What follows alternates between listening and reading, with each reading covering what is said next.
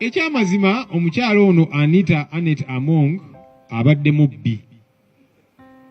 Gemazima kati buli omu agalabye. Naye ffe tugamba nti si ye mubbi yekka. Era bwe tuba twagala bannayuganda bakkirize nti kweri nti kaakati luno olutalo lwa kulwanyisa nguzi, ababbi bangi. Yesu ono sipiika abadde sipiika Anita Among abbye ebintu bingi, tuze tubyogerako nga bwewazi contracts zino, sente buwumbi na buwumbi nga bwaziteeka ku akaunti z'abakozi ba paalamenti, nga bazitwala ewuwe oba baziteekeyo mu basement, nakyo byonna tuze tubyogerako nga mbiraba. Era Yesu tuli basanyufu ffe abamu nti tuze twogerako nga batuyita amannya kaakati bizuuse nti ge mazima. Naye tugamba ababbi abalala gye bali bangi. Mujjukira ensonga y'amabaati. Ababba amabaati baali bangi, vice president, speaker, prime minister, baminisita bangi. Babba amabaati agaali galina okutwalibwa e Karamojja. Naye ali mu kkomera ye Agnes Nandutu yekka. Nandutu simuwolereza kubanga naye mubbi. Abeerereyo ddala mu kkomera. Naye si ye mubbi yekka, si ye yabba amabaati yekka, abalala bo nga tebaakwatibwa ku nkoona. So kaakati yali speaker Anita Among nze simuwolereza. Era nize ng'ali mu kaguli ka kkooti bamuwozese kubanga ayina eddembe lye rights ze nga suspect, bamuyise mu process atwalibwe e Luzira. Asangeyo abantu abamu be yasindikayo. Waliwo be yasindikayo. N'onanvumye ono simanya njogeddeko nti simanya omubiri gwange kufaana bwe bugutiina ki, ne bawamba abaana ne babayola ne babatwala e Luzira. Twagala agenda abasangeyo. Naye si ye yekka. Kakati bannayuganda bwe baba bakukkiriza nti kweri luno olutalo lwa kulwanyisa nguzi, baagala okulaba nga n'abalala nabo banoonyerezebwako nga bakubibwa mu mbuga z'amateeka. Twagala okulaba ekitongole kya paalamenti nga kinoonyezebwako, parliamentary commission. Twabyogerako wano bingi, zisaabisa awaadi ne beeyongera n'endala, zisaabisa awaadi n'ebirala. Abakozi abamu engeri gye bayingira paalamenti, gye baweebwa emirimu, abamu tebatuula nayo ne bafuna omusaala. Nga ku lukalala kwali ng'omukozi era afuna omusaala gwe buli mwezi, naye talinnyako ku paalamenti. Kati ebyo byonna twagala birondoolebwe, ekituufu kiveeyo. Abo olyawo bannayuganda bajja kukkiriza. Kubanga ebbanga lino lyonna Mwai Museveni azenga awagira enguzi. Yagamba IGG ababbi baleke tubagendako nnyo. Bw'ona obalemerako sente ze babbye bajja kuzitwala awalala. Oyo yagamba nti alwanyisa enguzi kweri. Abamwetoolodde bonna babbi n'abawolereza. Mwai Museveni yali ekyankwanzi n'ababaka be. N'agamba nti ababaka bano abamu bantuukirira era ne bankubadde babba buwumbi na buwumbi ne mbasonyiwa. Diri osalawo nti ono omusonyiye ono tomusonyiye. Bonna babbi batwalibwe mu mbuga z'amateeka. Kati kitwagala okulaba ku nsonga eno, kubanga ffe tetukkiriza nti gavumenti eno eri serious mu kulwanyisa enguzi.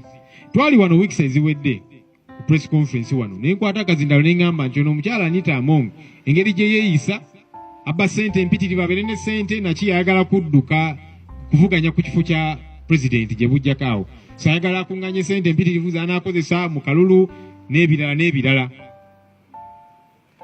Era oboolyawo ne batandika okumulaba nti ono engeri gye yeeyisaamu n'engeri gy'atambulamuko alabika ayagala kifo kiri ekinene.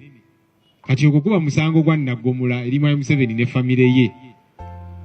Kakati oboolyawo bagambye nti ono ayagala entebe ennene ate nga n'obubbi mubbi, katumuyoole. Ffe tuli basanyufu nti omu ku babbi bali mu kumunoonyerezaako, naye tugamba nti n'ababbi abalala nabo banoonyerezebweko. Awo tutegeere nti paalamenti kati eri siriyasi ku nsonga zino. Era abakyamuukiridde ensangi zino nti kaakati NRM yatuwadde sipiika omulala gwe baagala yabeere sipiika. Omuntu yenna ateekebwawo ng'akimanyi nti Mwai Museveni ne famire ye be bantaddewo, amateeka newankubadde abaagamanyi aba agenda tambulira ku ntole zaabwe. Ate ng'ekyo kikyamu, abalina otambulira ku mateeka. Kati kitwagala era tugenda babuulira ffe nga NUP enteekateeka ze tulina ku nsonga zino, kubanga tukkiriza nti bannayuganda baagala okulaba abakulembeze basobola okwesiga. Bannayuganda baagala okulaba sipiika nga sipiika atambulira ku mateeka, sipiika nga tafuuse nampulira zibe, nga speaker yagamba abaka gwe shut up sit down toyina byogera ebirimu amagezi. Bannayuganda baagala okulaba speaker ng'ali ku nsonga z'Abannayuganda. Bannayuganda baagala okulaba speaker ng'awa bannansi ekitiibwa.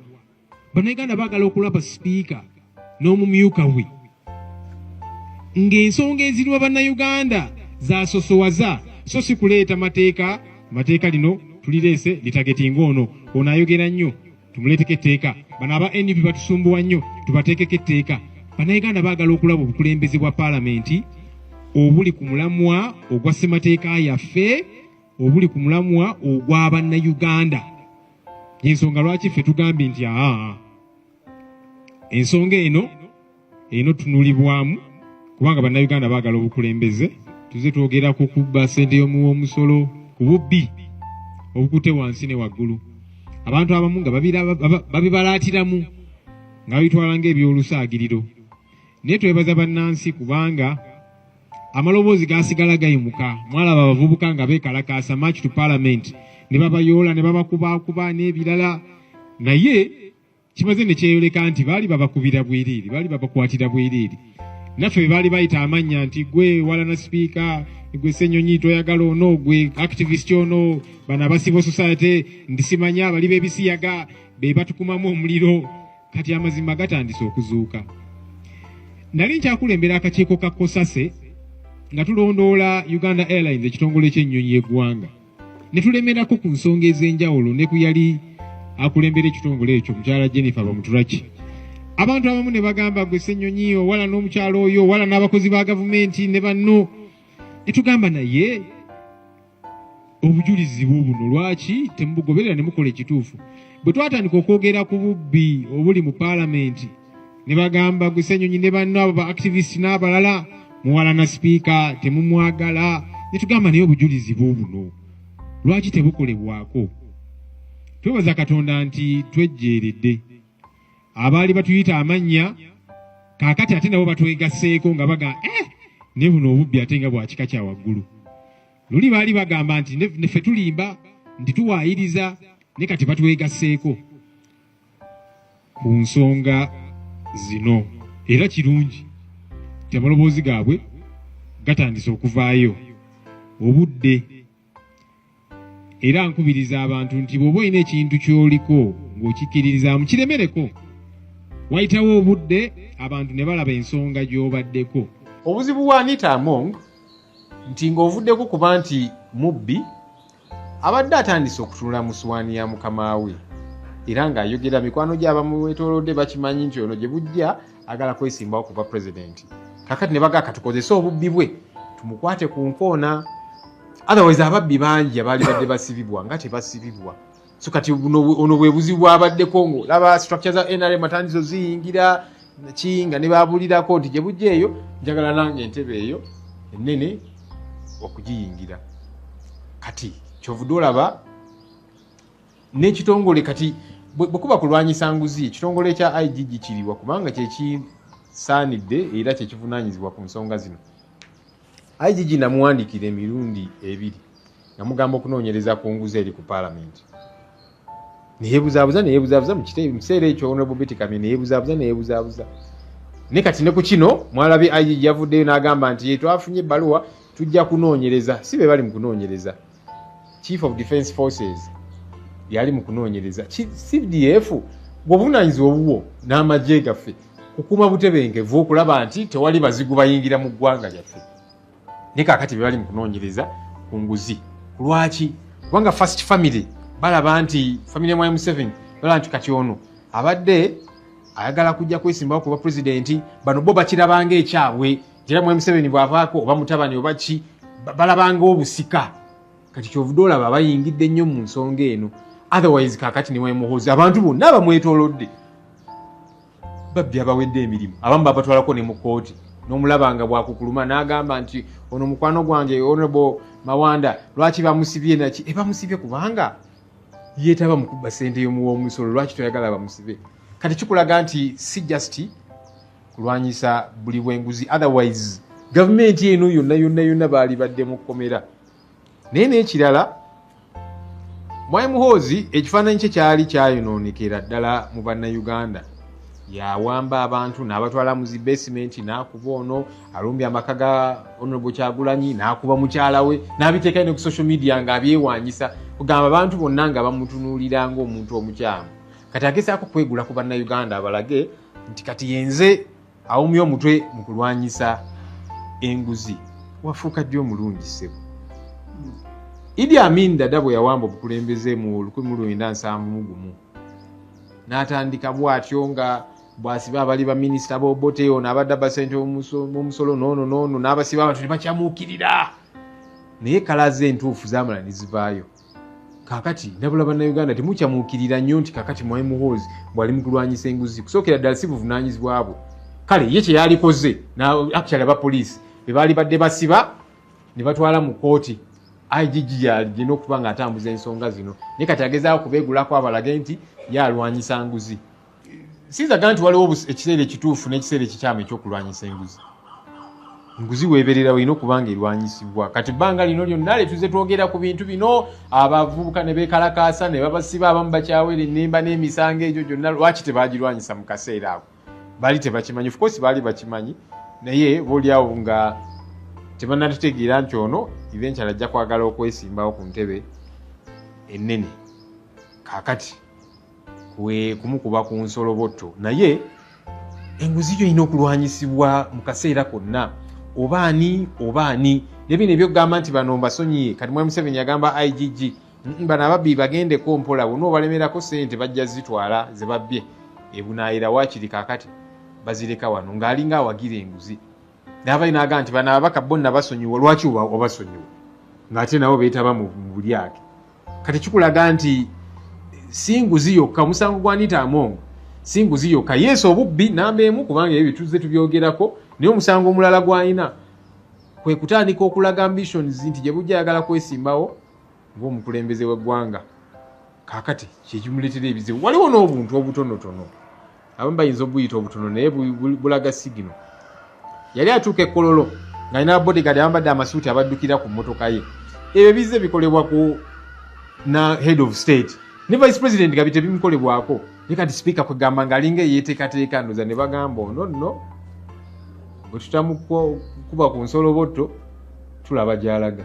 Era nga bwe nagambye nti akanaafa tekawulira ng'ombe. Speaker ono abadde speaker abadde yeesoma nnyo bambi ng'agyewulira abaka ne bayimuka okwogera gwe shut up nonsense lumu nayimuka ne mugamba damu speaker tojja n'okutuyisaamu wano maaso newankubadde gwe mukulembeze waffe ababaka bawe ekitiibwa ogamba otya omubaka nti byayogera nonsense n'ebirala okay kale lopu kale neetonze nga yeetonda ali mu kubalaata yeebuzaabuza naki juzi n'agamba mbu eno last supper ne ngamba naye era bye yali ayogera bituukiridde ku ye n'agamba n'ogamba opposition nagimalawo era tekyalina makulu era mu parliament eno gye tuddamu opposition tugenda gimiramira naki naye gwe basoose okumira yeye. Abantu bano beerabira munnange bagenda ne balowooza nti bakitalo nnyo ne batamanya nti gavumenti eno ebakozesa olumala obbakamula mu supu yenna ne bakanyuga eri katusubire abalala nabo banaayiga ino abadde bagamba nti ffe sipiika tumuwalana amazima gamaze ne gavaayo. Ebintu bino really oba olina ekikyamu okubiwagira. Kakati twayogeranga ku contract. Speaker yagenda n'awa contract radio ye bagiyita Mama Bukedya FM ye side za Bukedya yayiwa contract ya bumbi 3 ne milioni 10 3.1 billion mbu ekole adverts eza parliament. Nabuuza ningamba bayise mu procurement waliyo radio stations endala nezi TV endala ezavuddeyo ne ziraga interest ne wabeerawo okupimamu procurement processes nti kati ono yasaanidde contract tebyaliwo. Ne ku contract eyo ng'ogitunulako abasayininze nga bamanager ba radio ye bakozi mu ofiisi ye ono personal assistant ono akola ki ne basayininga kulinga bamanager bannange bibibeera bikyamu. Ne twogera ku yagenda n'ateeka fensi ku makage ag'obwannannyini agali e Bukedya fensi y'amasannyalaze naki ya bukadde 503 ku makage ag'obwannannyini agali e Bukedya sente za parliament okuli otya ebintu bwe bityo wakati gana amaka gago ga bwannannyini si nti maka kyalikoze amakulu singa maka ga abeera speaker nti ono bwafuluma office eyo mulala agiyingira amaka ga parliament egalabirira esalawo nti kakati tuteekeyo fensi tuteekeyo generator n'ebirala kati bagenda ne bagula zi generator buli emu bukadde 3 ne bazite emu bagiteeka mu maka ga speaker endala mu maka ga deputy speaker amaka gaabwe nti kakati amasannyalaze gatera okuvaako maka ga speaker ne maka ga deputy speaker kakati bwe gavaako generator erina okugendako generator ekunukiriza mu bukadde ebina buli generator ng'ezo sente zamuwa omusolo ku maka gago bwannannyini ze nagamba ningamba naye kakati speaker ne deputy speaker mufuna omusaala lwaki temubyekolera omusaala ne allowance ezinakina kifenna tufuna n'ababaka lwaki temubyekolera naye kati ku maka gammwe ag'obwannannyini ne mukola ebintu bwebityo bwe tubyogerako abo bamuwalana naki sente buwumbi na buwumbi nga ziyisibwa ku akawunti z'abakozi mu parliament ba Chris Obore bamuteerako obuwumbi 4 billion n'agenda n'azijjayo n'azitwala mu maka ga speaker ono naye ne bamuteerako noono ne bazijjayo ne bazitwala eri speaker oboolyawo zaabadde aterekeyo mu basement ye n'ebirala ebintu bino bannange buno buba bubbi obw'ekika ekyawaggulu ennyo bwe tubyogerako nti tuwalana naye kati kirungi nti amazima kakati gatandise okuvaayo kakati yes ng'omuntu ndi musanyufu nti nejjeereza n'abalala fenna babadde boogera ku nsonga zino ez'obubbi mu paalamenti nga batugamba nti mmwe just speaker muwalana naki kati amazima geeyolese n'abali batwogerera amafuukuule kati balaba nabo bali eri boogera bagana speaker abadde mubbi nnyo nakingamba bulijjo tubyogerako nga mutulima empindi ku mugongo nti ffe tumuwalana kati kirungi nti amazima ago gavuddeyo naye sigenda kukyamuukirira nnyo nze ng'omuntu okugamba nti kakati bali mu kulwanyisa nguzi nedda kubanga bwe kiba nti kulwanyisa nguzi abanene bonna mu gavumenti eno ya M7 singa bonna bali luzira kati ababba amabaati okuli vice president speaker prime minister n'abalala bangi nga tebali mu kkomera bateekayo Nandutu yekka ate Nandutu simuwolereza kubanga naye yagabba abeereyo mu kkomera naye si yalina okubeerayo yekka naye kati bajja kukwatako abamu abalala ne babaleka M7 yali ekyankwanzi n'ababaka be naga nti bano ababaka abamu iwaawo baali bakutte mu ssente y'omusolo buwumbi na buwumbi naye bo nabasonyiwa kati ddi lw'osalawo okusonyiwa nti ono ye musonyiye ono sijja kumusonyiwa kale kikulaga nti tebali serious mu kulwanyisiza ddala enguzi